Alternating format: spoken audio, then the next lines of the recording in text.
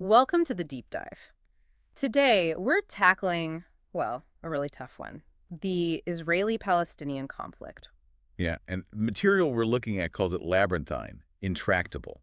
It really dives into that huge question, can peace ever actually come to Palestine? Exactly. The source we're exploring is this scholarly inquiry. It frames itself as an intellectual expedition. Right, into what it calls a geopolitical equivalent of a perpetually jammed vending machine. Huh, that's a vivid way to put it. You know there's something good inside, but Yeah, yeah. impossible to get out, it seems like. Yeah. So this expedition it promises to look at the history, the dynamics of the conflict itself. Why peace efforts keep failing, what keeps it all going, and importantly, any, potential ways forward the research sees. So our mission today, for you listening, is basically to unpack all of that. We want to pull out the really key insights from this material. Give you a bit of a shortcut, maybe, to getting your head around this incredibly complex and, let's be honest, often pretty overwhelming situation. Think of us as trying to figure out that jammed machine with you. What are the parts? Why are they stuck? Can anything be jiggled loose? So we'll trace that history, starting with those early competing dreams. Then through the wars, the uprisings. We'll look at what the source calls, with a bit of dark humor, the comedy of errors in the peace process, and then really get into the stubborn roadblocks and, well, the search for any path forward. Okay, let's start down that long road. The source paints this picture of a journey, often from, glimmers of hope towards something that feels more like despair today. And you really have to start at the beginning, right? The genesis. Early 20th century, say 1900 to 1948. That's where the seeds were sown, according to the research. You've got these two powerful national movements rising up at the same time, Zionism and Palestinian Arab nationalism. both wanting self-determination, both wanting it in the exact same place. The source calls it a classic case of two peoples, one very desirable piece of real estate. Yeah. So on one side, modern political Zionism. The research traces its roots back to, rising anti-Semitism in 19th century Europe. Which tragically led to the Holocaust. Exactly. Centuries of persecution building this powerful drive for a safe haven for a Jewish state. You had thinkers like Herzl in the 1890s articulating this vision. Based on deep historical, religious ties to the land. Right. And at the same time, you see Palestinian nationalism emerging. It wasn't just a reaction. It grew as the Ottoman Empire declined. Fostering this distinct Arab identity, aspirations for independence, often tied into that wider pan-Arab dream. And here's the inevitable collision, as the material puts it. Two groups, deep ties, strong desires for the same land. Plus, you had demographic shifts happening, Jewish immigration, increasing tensions, even before the big political events really unfolded. It was like a historical double booking, the source says. Definitely setting the stage for conflict. Which brings us to the British Mandate period after World War I. Roughly 1917 to 48. Okay, so the League of Nations gives Britain this mandate. The stated goal was to help establish a Jewish national home. While protecting the rights of the existing non-Jewish population. That was the idea, anyway. But the source is clear. The mandate actually inadvertently intensified the conflict. A key example is the Balfour Declaration in 1917. Britain stating it viewed with favor the establishment in Palestine of a national home for the Jewish people. And the source calls this a masterclass in diplomatic ambiguity, because what did national home actually mean? Exactly. Zionists heard statehood, Palestinian leaders heard betrayal, a betrayal of promises maybe made during the war against the Ottomans, a betrayal of their own right to self-rule. So Britain gets caught in the middle. Their policies on things like immigration, land sales, they seemed contradictory. Vacillating, yeah. Trying to please both sides, pleasing neither, it just fueled resentment. You saw major Arab revolts in the 1930s. And Jewish paramilitary groups becoming more active, too. It just wasn't working. So in 1947, the British basically said, we're done, declared the mandate unworkable. And punted it to the newly formed United Nations. The source kind of jokes, like they said, you're a problem now, chaps. Yeah. And that leads straight to the UN Partition Plan.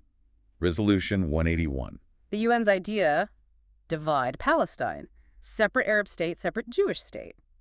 And Jerusalem, international control. How did that go down? Well, the Zionist leadership accepted it. It offered a state. But Arab leaders vehemently rejected it. They saw it as deeply unjust, dividing land where Arabs were the majority, giving a large portion to the Jewish minority. So the rejection was firm.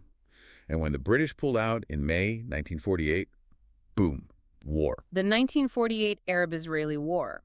known as the War of Independence in Israel. And the Nakba, the catastrophe for Palestinians. And the outcome just fundamentally shaped everything since. Right. Israel was established, a momentous event for Jewish people. Absolutely.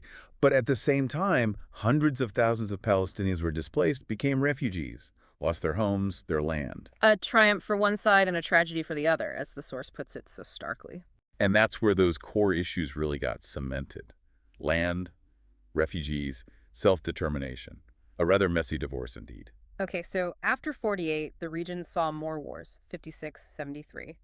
But the research really highlights the 1967 Six-Day War, calls it a game changer. Definitely. Because in just 6 days, Israel occupied the West Bank, the Gaza Strip, East Jerusalem, Golan Heights. And crucially, the West Bank and Gaza, those were the areas essentially earmarked for a Palestinian state in the original UN plan. Right. So now they're under Israeli military occupation.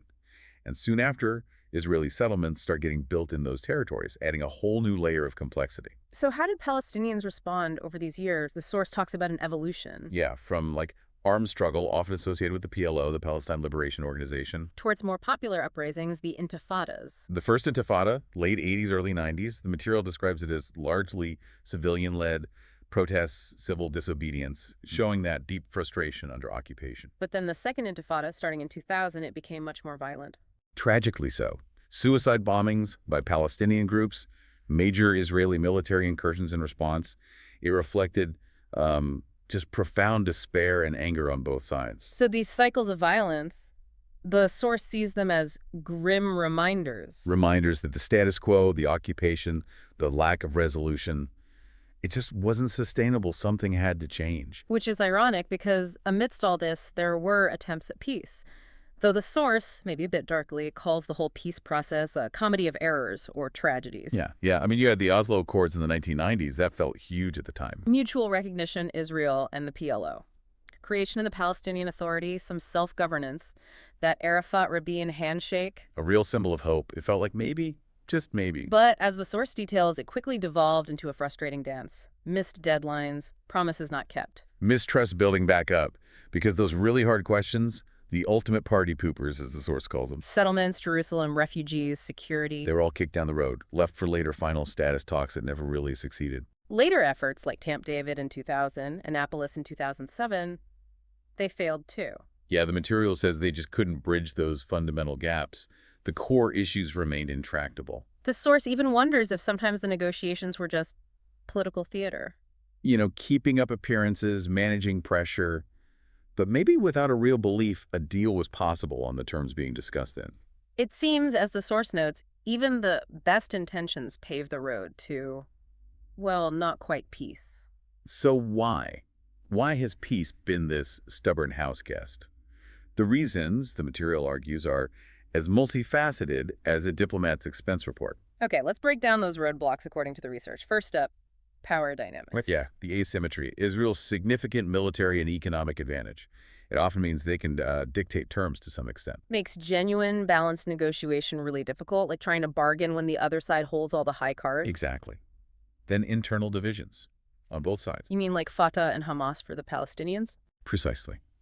That split between the West Bank leadership and Gaza, and in Israel, a really fragmented political scene, makes it hard for any leader to get backing for big compromises. Tough to make peace with the neighbors if you can't agree within your own house, as the source puts it. Good analogy. And then settlements, the ongoing expansion of Israeli settlements in the West Bank. The source calls this a major obstacle, like a physical obstacle. It absolutely is. It eats away at the land needed for a viable Palestinian state, makes the map look like Swiss cheese, a cartographer's nightmare. Fuels huge resentment, too, obviously. Feels like a deliberate effort to prevent a Palestinian state. Understandably. And then Jerusalem, maybe the most emotionally loaded issue of all. Sacred city for three religions. Both sides claim it as their capital. The ultimate holy grail, the source calls it, finding a way to share or divide sovereignty there. Incredibly difficult. And the refugees. The Palestinians displaced in 48 and 67 and their descendants. Millions of people now. For Palestinians, the right of return to their families' former homes is a fundamental demand, non-negotiable for many. But for Israel, allowing that influx is seen as, well, an existential threat, changing the state's Jewish demographic majority. It's the classic immovable object meeting an irresistible force.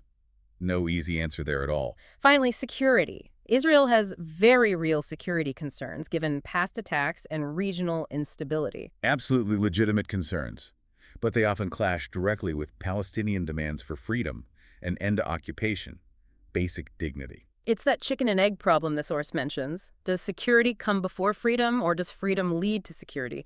Can they even coexist under the current setup? Exactly. So, given all, Yeah. is there any hope, any way forward?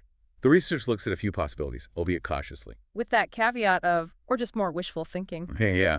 Well, there's the two-state solution, still the main international framework, independent Palestine alongside Israel. But its viability is fading because of settlements, the deadlock. Yeah, the source likens it to that reliable old car that keeps breaking down. People talk about fixing it, but is it worth the effort anymore? Can it even run? So what else? The one-state solution. A more radical idea, yeah. One single democratic state for everyone. Israelis and Palestinians, equal rights. Sounds simple, but the source points out the massive questions it raises. Huge questions about national identity, power sharing, minority rights. How would that actually work?